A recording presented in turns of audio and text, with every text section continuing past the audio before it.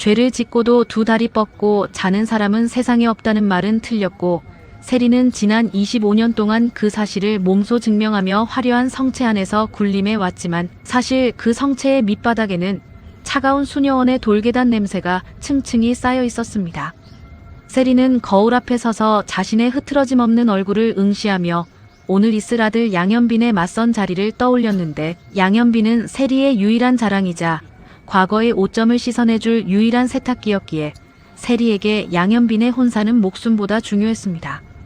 하지만 최근 들어 세리의 귓가에는 자꾸만 기이한 소리가 들리기 시작했는데, 그것은 아주 먼 곳에서 들려오는 가느다란 아이의 울음소리 같기도 했고, 낡은 자전거 체인이 덜덜거리며 굴러가는 소리 같기도 해서 세리는 신경 안정제를 입에 털어넣으며 애써 마음을 다잡았습니다. 세리는 결국 답답한 마음에 소문난 무속인을 찾아갔는데, 그 무속인은 세리를 보자마자 콧방귀를 뀌며 어디서 이렇게 가난한 울음소리가 들리느냐고 쏘아붙였고, 세리는 심장이 덜컥 내려앉는 기분을 느끼며 무속인이 내미는 묵직한 부적을 건네받았습니다.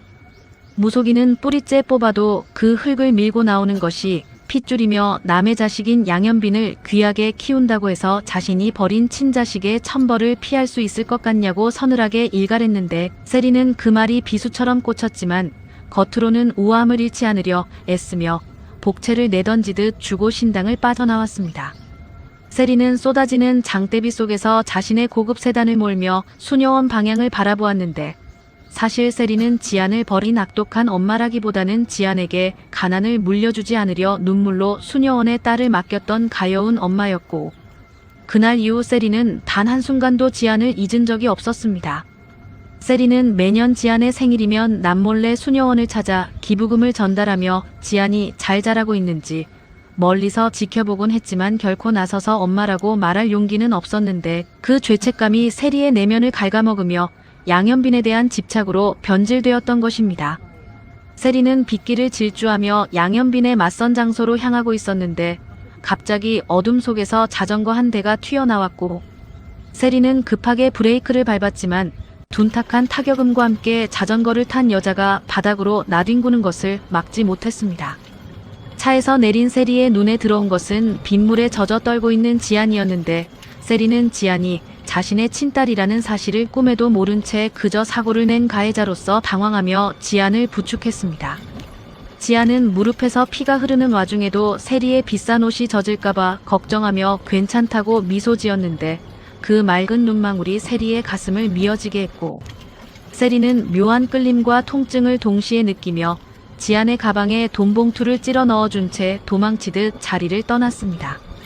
지안은 바닥에 흩어진 배달 음식들을 챙기다가 세리가 흘리고 간 묵직한 부적과 자신이 소중히 간직하던 손수건이 섞여 있는 것을 발견하지 못한 채 자리를 떠났고, 뒤이어 현장에 도착한 양현빈이 빗물에 젖은 낡은 손수건을 줍게 되면서 운명의 수레바퀴는 걷잡을 수 없이 굴러가기 시작했습니다. 양현빈은 그 손수건의 수놓인 문양이 새엄마의 보석함 속에 숨겨져 있던 도안과 똑같다는 것을 발견하고 의구심을 품게 되었는데, 평소 새엄마가 가진 보이지 않는 슬픔의 실체를 찾고 싶었던 양현빈은 손수건의 주인을 추적하기 시작했습니다. 세리는 집으로 돌아와 무속인이 준 부적을 잃어버린 것을 알고 극심한 불안에 시달리며 거실을 서성였는데, 밤마다 들려오는 자전거 소음은 이제 환청을 넘어 실제하는 위협처럼 세리를 압박해 왔습니다.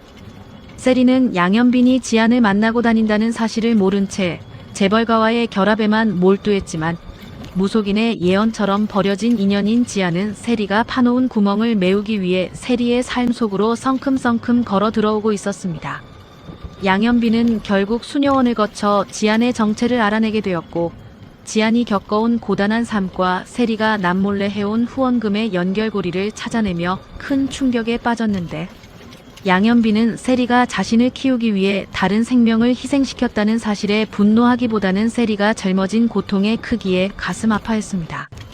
양현빈은 세리와 지안을 화해시키기 위해 지안을 집으로 초대하기로 결심했는데, 세리는 지안이 대문에 들어서는 순간 무속인이 말했던 그 가난한 울음소리의 주인공이 바로 자신이 차로 치었던 아이이자 수녀원에 맡겼던 지안이라는 사실을 직감하며 비명을 지르며 주저앉았습니다. 세리는 지안의 손에 들린 손수건과 지안의 목에 걸린 낡은 펜던트를 보며 25년 전의 기억이 파도처럼 밀려오는 것을 느꼈고, 지안은 그런 세리를 원망하기는커녕 엄마가 수녀원에 자신을 맡기며 흘렸던 눈물을 수녀님을 통해 전해 들었다며 세리를 안아주었습니다. 세리는 자신의 추악한 비밀이 폭로될까봐 두려워했던 마음이 지안의 따뜻한 포옹 한 번에 눈 녹듯 사라지는 것을 경험하며, 무속인이 말한 값이라는 것이 결국 처절한 파멸이 아니라 진심 어린 참회와 용서였음을 깨닫게 되었습니다. 양현비는 세리와 지안이 서로를 부둥켜 안고 오열하는 모습을 지켜보며 자신이 그토록 원했던 어머니의 평화를 비로소 찾았음을 느꼈고, 세리는 이제 양현빈을 재벌가와 묶으려던 탐욕을 내려놓고 지안과 함께 잃어버린 시간을 되찾기로 결심했습니다. 하지만 무속인의 말처럼 뿌리째 뽑아도 흙을 밀고 나오는 진실은 세리에게 또 다른 시련을 주었는데, 세리의 남편과 주변 인물들이 세리의 과거를 빌미로 세리를 위협하기 시작했지만 세리는 이제 더 이상 두렵지 않았습니다. 세리는 지안과 양현빈이라는 든든한 버팀목이 있기에 자신의 과거를 당당하게 마주하며 그동안 누려온 가짜 화려함을 버리고 소박하지만 진실한 삶을 살기로 마음먹었습니다. 세리는 지안의 낡은 자전거를 함께 수리하며 25년 전 수녀원 계단에 두고 왔던 자신의 심장을 비로소 되찾았고, 양현빈은 그런 두 여자의 뒤에서 든든한 보호자가 되어주며 사랑을 처방받는다는 것이 어떤 의미인지를 온몸으로 보여주었습니다.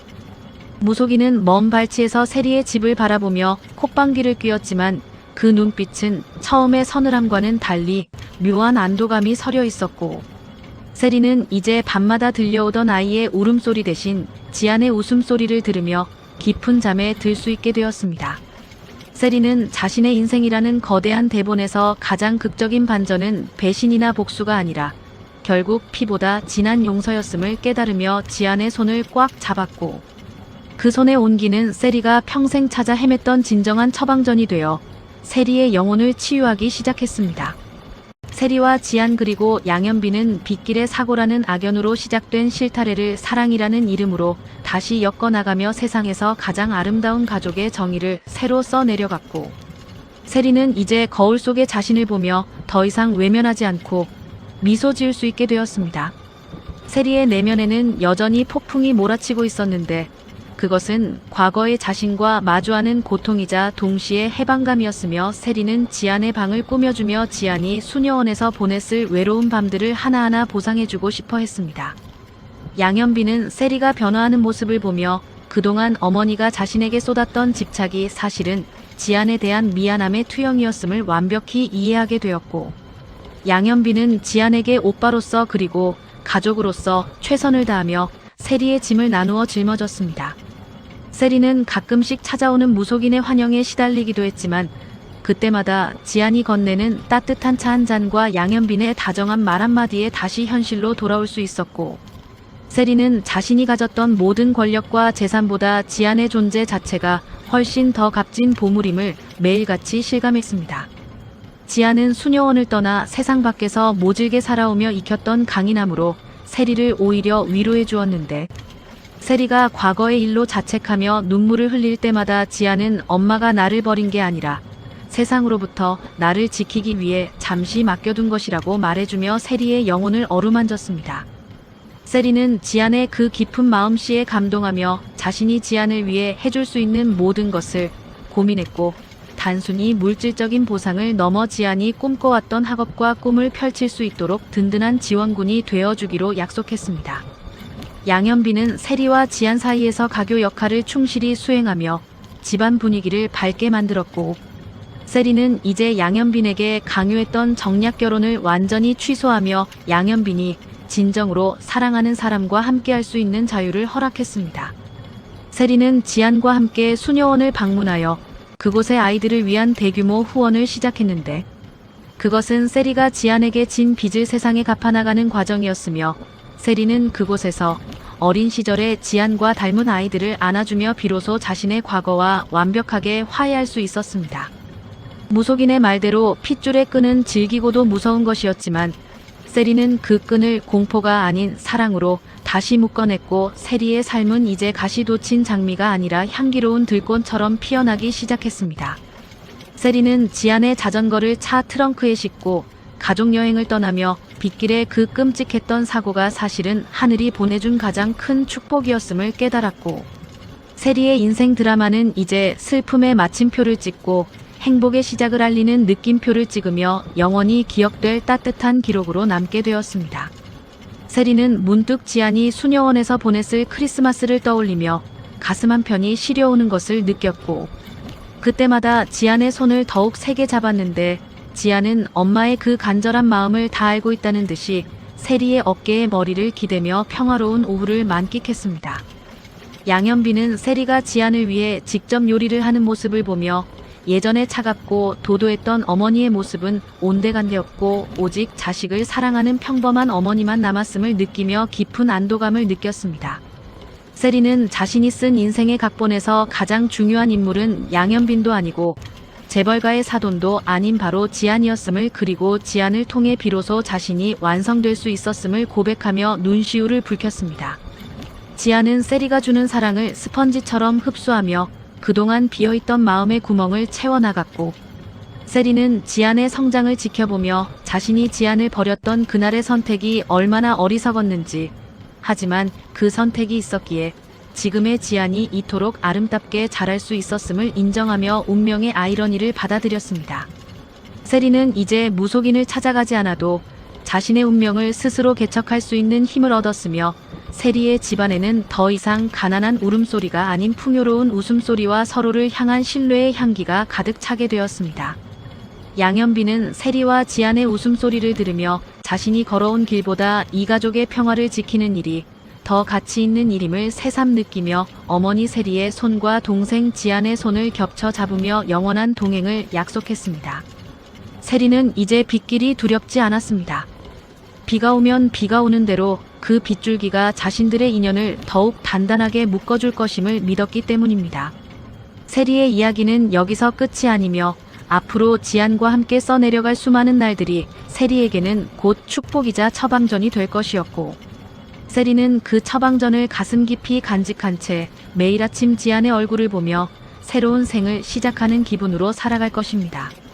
지안 역시 세리의 딸로서 그리고 한 인간으로서 당당하게 자신의 길을 걸어갈 것이며, 양현빈은 그 곁에서 가장 든든한 나무가 되어줄 것이기에 세리의 가족에게는 이제 눈물 대신 햇살만이 가득할 것임을 확신하며 이야기는 따스한 마무리를 향해 달려갑니다. 세리는 마지막으로 무속인이 준 부적을 태우며 그 불꽃 속에서 자신의 어두웠던 과거를 모두 태워버렸고, 타오르는 불꽃은 세리의 눈동자 속에서 희망의 빛으로 반짝이며 세리의 앞날을 환하게 밝혀주었습니다. 세리는 이제 진정으로 사랑을 처방해줄 수 있는 사람이 되었습니다.